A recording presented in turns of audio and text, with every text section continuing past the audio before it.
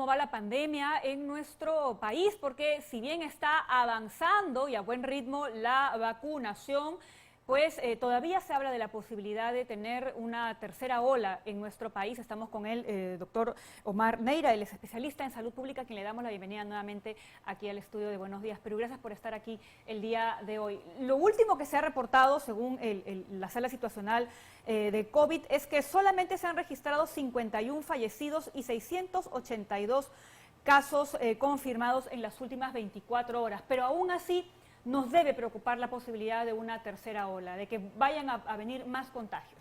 Buenos días, Pamela, Paco, buenos días. Gracias por la invitación. Sí, las cifras, digamos, oficiales, que no siempre son las reales, muestran, pero la realidad también nos dice que estamos en un momento de la pandemia bastante, digamos, en un nivel de contagio y fallecidos bastante bajo, pero la pandemia no ha pasado, nos debería seguir preocupando y creo que más bien estamos en un momento ideal para implementar un programa de vigilancia sanitaria e intentar evitar una posible tercera ola, ¿no? Los datos de Florida, ustedes acaban de mostrarlos, Florida tiene un 50% de la población inmunizada con Pfizer, Moderna y Johnson. Estamos hablando de 50% de la población. Perú está en 15%. 15%. Entonces, es estructuralmente a nivel de salud pública una diferencia enorme y vemos que hemos relajado todas las medidas. Existe hoy ya una normalidad, pareciera que no hubiera COVID y eso preocupa bastante, ¿no? Y ahora, doctor, y precisamente eso es importante porque a la luz de los nuevos estudios precisamente publicados en Estados Unidos se habla de que la variante Delta tiene un ritmo de propagación similar al de la varicela, ¿no? El chickenpox que le llaman los norteamericanos, que es un ritmo de contagio bastante alto, ¿no? Entonces eso también me imagino va a influir en la forma en la que va a impactar una tercera ola que el Ministerio de Salud ha proyectado más o menos para septiembre. Es correcto, mira, los estudios a nivel mundial, excepto esta zona o Perú, señalan que la posibilidad o la velocidad o la cantidad de contagio que se produce con la variante Delta es muchísimo mayor que con la variante original, que con Gamma, que con otras variantes. Perú tiene algo particular, tiene la variante Lambda, que es propia de nuestra zona, a raíz de que tuvimos un nivel de contagio altísimo.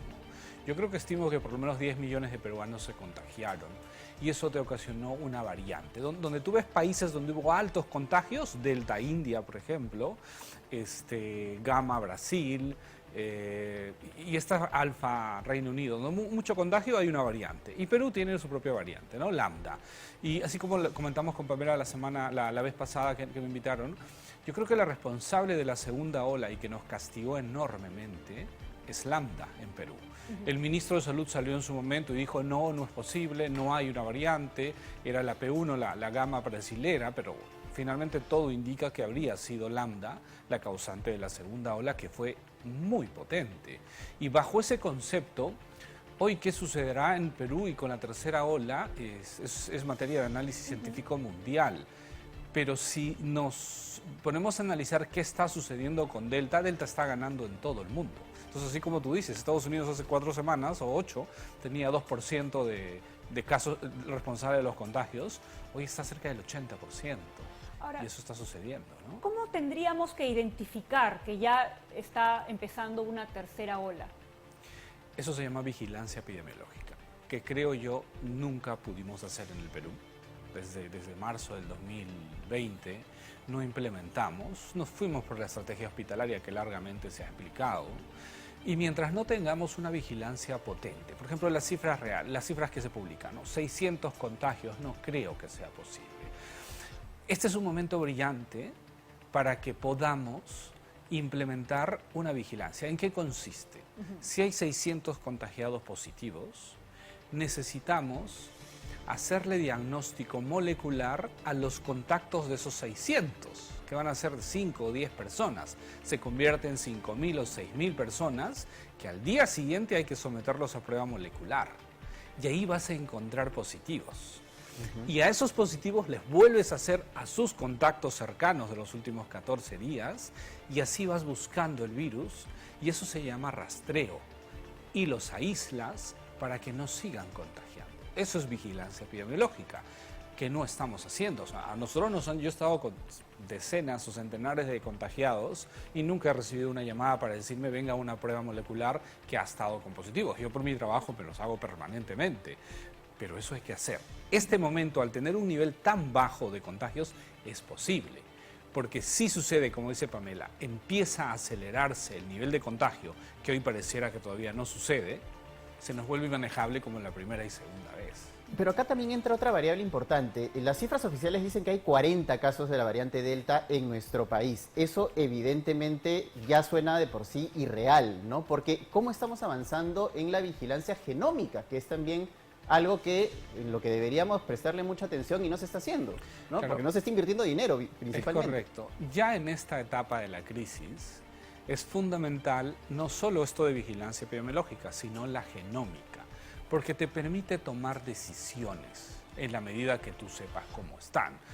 Yo creo que decían que efectivamente lambda y gamma son las causantes del mayor número de contagios y delta solo hay unos casos. O sea, son los casos que pudo identificar el INS, pero eso no quiere decir que son los casos en el Perú. Y claro, hay que implementar a la par vigilancia genómica.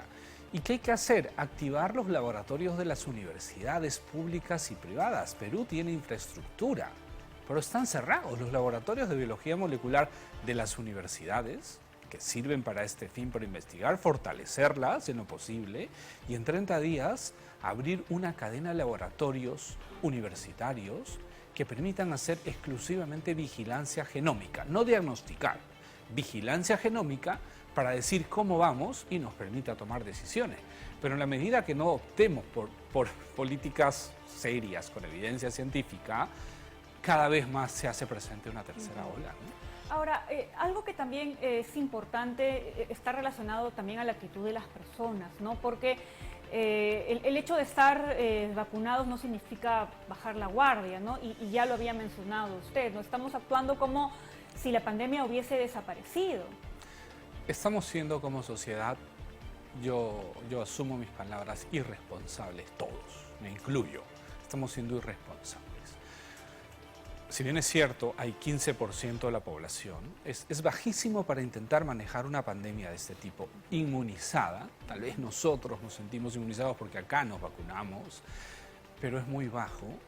Y tú ves este fin de semana de fiestas en Lima, el desborde popular en múltiples espacios. Sí, comprendo, yo estoy viniendo hace meses insistiendo en el equilibrio físico-mental, pero eso no significa que rompamos todas las cadenas y que los restaurantes estén full, los espacios cerrados.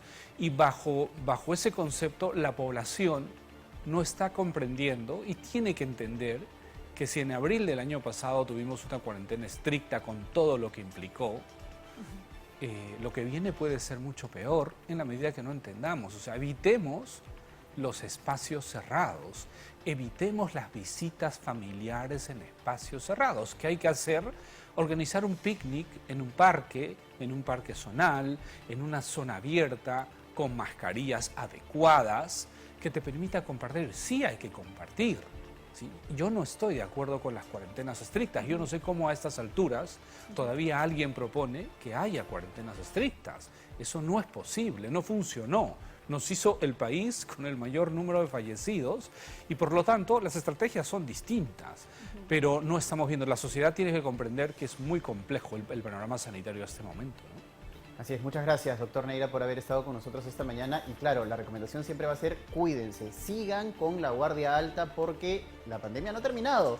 Estamos aquí en medio de la pandemia y va a venir una tercera ola, eso es indubitable. Pero lo importante, doctor Neira, me parece que usted quiere decir algo más, es que no bajemos la guardia y que no nos confiemos por estar vacunados. Eso es importante. Es correcto, la sociedad tiene que asumir su rol, la inmunización es el camino, pero algo que es importante en nuestro país son las decisiones políticas.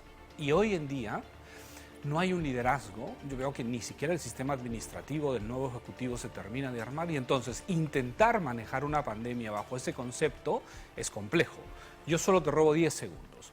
Es necesario que se despolitice esta parte de salud.